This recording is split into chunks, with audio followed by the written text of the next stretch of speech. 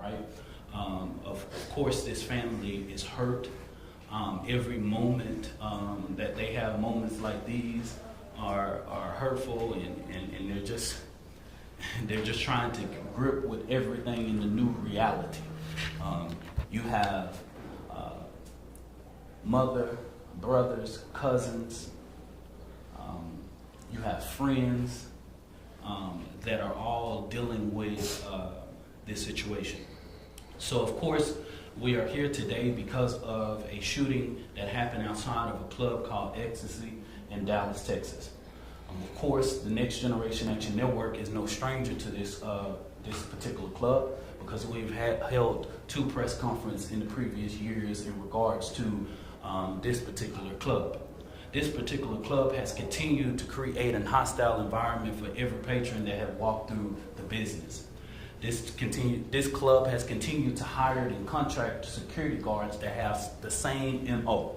Whether this is the same security firm in 2010, 2012, 2013, 17, or 19 incident, it's really irrelevant at this motive, because the same MO, the same thing, the same aggressive tactics and different things of that nature has been done.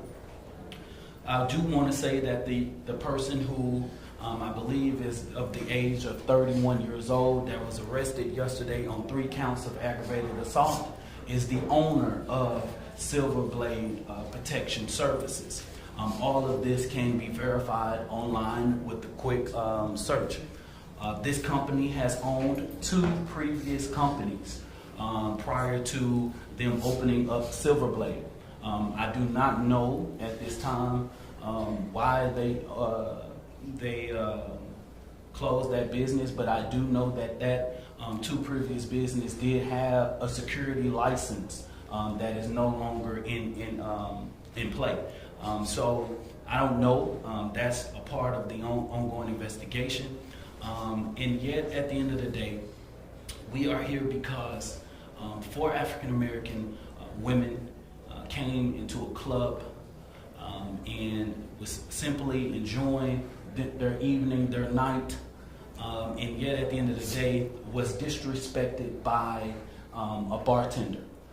They went to the bar and ordered some food and some drinks, and I guess when they paid or whatever, the bartender kept the change.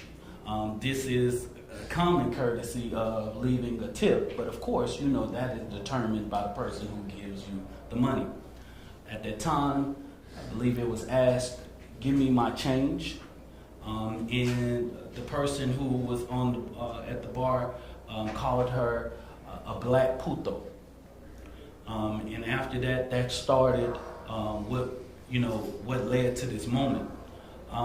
During that altercation, there was a person that was right beside the person that Shalonda was exchanging with and other individuals, and that person threw water on them, and that escalated the situation. The security guards or whatever and stuff like that came in. It was an altercation. I believe there was an individual there at the time that was trying to keep everything down. And I believe that person finally gave each of the person who gave him money $20 back or whatever. And after that, this is where the assault started to happen. These security guards end up continuing to push 4 African American females out of the club, continue to push them. You see the video, and I won't have to relay the video. Y'all see it. Shalonda recorded it very vividly. And as they kept on pushing them, I believe several of the security guards dispensed pepper spray. That pepper spray was sprayed on Jasmine Joyner, who is pregnant. And everybody pretty much that was there.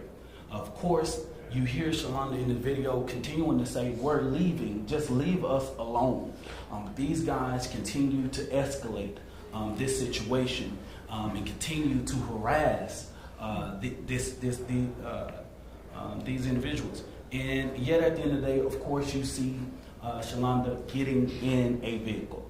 And that right there is where we will start the video in being able to address some of the factors inside of it. But make it no mistake that the Next Generation Action Network stands with this family in the community.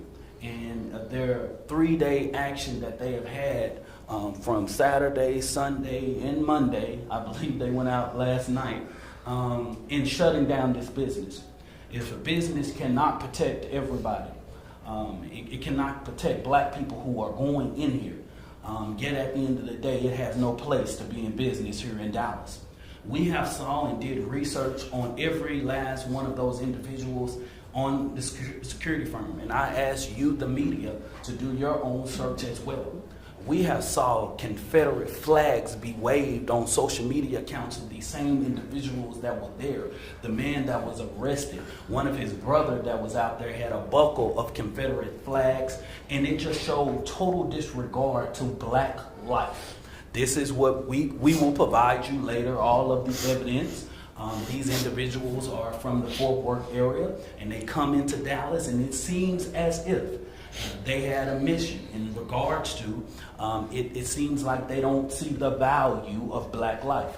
Their actions that you will see in this video shows they have no regard for black life, right? And that's the reason why the Next Generation Action Network is standing with this family to make sure that criminal charges, to make sure that every civil litigation and matter is done, but also on top of that, making sure that ecstasy is finally closed here in Dallas. I know that the city of Dallas and as well as Dallas Police Department echo the same sentiments of us in closing ecstasy. I know that ecstasy has had several lawsuits from the city of Dallas in regards to their business. So with that being said, this business will not be open again. We will continue to organize outside of this business, and I ask that everybody continue to join this family, continue to join this community as we continue to ensure that this business does not open up again. We ask for a murder charge in regards to the shooting death of Shalonda Anderson. We want that. We want the official oppression, disregard that.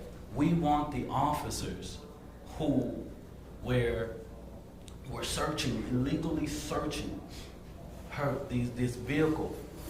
We want the individual who literally stood over Ms. Lofton with a gun pointed to her head. We want him arrested. We want every last individual that used that night in order to harass these individuals arrested effectively immediately. I have made these comments to the Dallas Police Department and the District Attorney's Office. So at this time, what I would do is I'm going to pass it over to Kim. And like I said, Marquin Lofton is the one that will be able to say some words, but you can be able to ask us questions, and we'll try to answer it in the best of our ability. But Kim will talk about all of the legal parameters, and then I will follow up with some next actions and ways to support this family and tell you individuals information about the county life vehicle. Kim? Once again, we see a black person being held responsible for their own death. It's been all in the media where they're blaming Miss Lofton for her own murder. Miss Lofton and her friends and relatives were paying customers at Ecstasy. What you saw from Miss Lofton's video in the club, she was assaulted. They threw water on her. That's assault. As she was leaving the club, you see her being pushed. You see her being pepper sprayed. And at no point did she react in kind. At no point was she violent. At no point did she make any effort whatsoever to harm the individuals who were assaulting her. She didn't even make any effort to defend herself. She simply walked along trying to find her car, blinded by pepper spray. They actually walked past the car because they had been assaulted by pepper spray as well. And to add insult to injury, literally, after she is shot, instead of getting aid for her, one of these individuals straddled her on the ground and held a gun to her head. This is absolutely unacceptable. Unacceptable, and they must be held accountable. Everyone involved, from every guard that was out there, every security officer that was out there, must be held accountable. None of them rendered aid to Shalonda. None of them.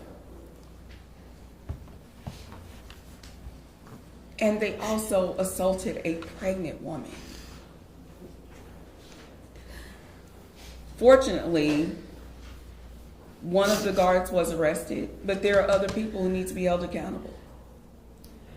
The individual who fired the first shot into that vehicle must be held accountable. These are criminal acts, and as we see time and time again, the response is that Black lives don't matter. Well, we are here to assure that Shalonda's life matters.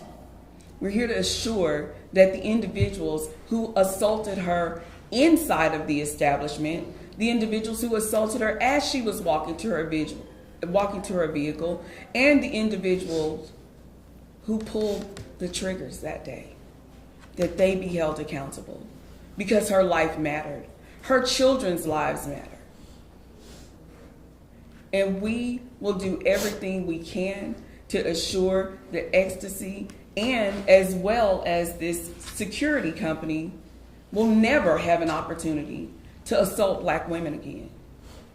We request that the public stand with us and stand with this family as they fight for justice, because Shalonda did nothing to deserve how she was treated at that establishment. She did nothing to deserve to die. And those individuals responsible must be held accountable. Tomorrow at 7 p.m., NGAN, along with several other community organizations, will hold a candlelight visual at 7 p.m. In the memory of Shalonda Lofton at the Malcolm X Plaza. We ask that all join us in that mission. Also, I believe there is an approved GoFundMe on this family. We ask, this family is going to need support. You have 3 beautiful children who are without a mother for the rest of their lives. And yet at the end of the day, I know that this family sit with grief, because the reality is every day that they look at those precious children, they have to be reminded of the great tragedy that has happened to the mother. And yet at the end of the day, I know that this family is stricken with so much pain that I ask that, early in the week, this weekend I saw several different things that said that Shalonda was the reason of her own death. Different detectives, everybody in Lottie Dottie got comments on this. Today, this video that we will show something that many people have not saw. This is something that was shared with the Dallas Police Department. They have it, but at the end of the day, this family wanted to see justice and did not release this video because we wanted charges to come. Of course, when situations like this, is not to rush everything to the public, it's to make sure that we do it with diligence and making sure that this family gets their ultimate goal, and that is justice, right? So at this time, what I'm going to do is I'm going to have Marquin say a few words, And after I have him say something, what I'm going to do is, for the sake of the family, I know that the mother does not want to see the video and several other family members. So I'm going to ask that y'all give us a little brief moment for them to be able to step out so that we can be able to play the video, all right? So after Marquand, we'll just give a brief moment, and then I will go to the screen and be able to play that video, and then we'll go from there. We just want to say as a family, not only as a family, but as a community, that the rug has been pulled from under us. We are devastated, and it's not just about my sister. It's about all the similar incidents that has happened in the past. So we just want to call out to any high-ranking officials, anybody that, that are movers in the city. Don't just look at a small sample size snapshot of these events that occurred on the night my sister got killed, but all the details, everything needs to be thrown in the pot. Everything needs to be analyzed, everything that happened leading up to it, because certain incidents has a domino effect. One thing leads to another, so everything needs to be broken down. Do not just just pick out one thing. We just want to call out to anybody who can make a difference, because it's not, like I said, it's not about just my sister. It's about everything that's happened in the past, in all the similar incidents, and the prospect that this could possibly happen again. It can happen again if nothing is done. And that's all I got to say about it. So real quick, I know that, like I said, or whatever, y'all, Jasmine Joyner and Lynette Collins is here, and of course we won't have any statements for them, but at the end of the day, we also have to know that there are 3 individuals that were out there that night that saw all of this, and we're still in prayer for them, because that night is still, I know every moment of their life is running through their head.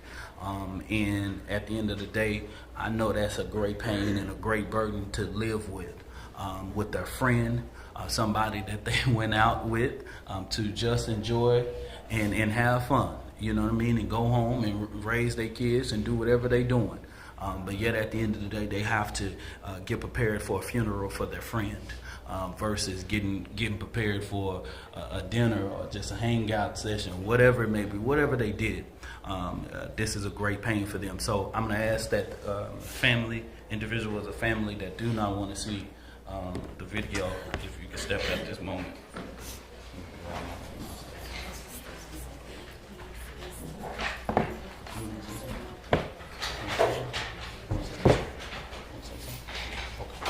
All right, hold on. Let's adjust real quick. Real quick. The mom wants to say something or whatever, and I'm gonna allow her to. I'm gonna let y'all get reset because I know y'all will. Y'all just let me know when y'all ready. Okay, go ahead. All right. I'm the mother of Shalonda Anderson, and there is no way I can just not speak. I have to say something. I didn't want to speak, but that's my child that I birthed into this world. She was, and I have to speak. I just want everybody that can help us to please help us bring this justice, and for not only for me, my children, and for my family, for my 3 precious grandbabies. And I mean, they are so precious.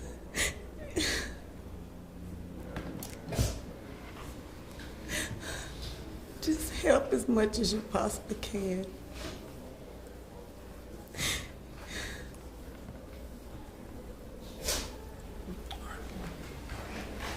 All right, y'all.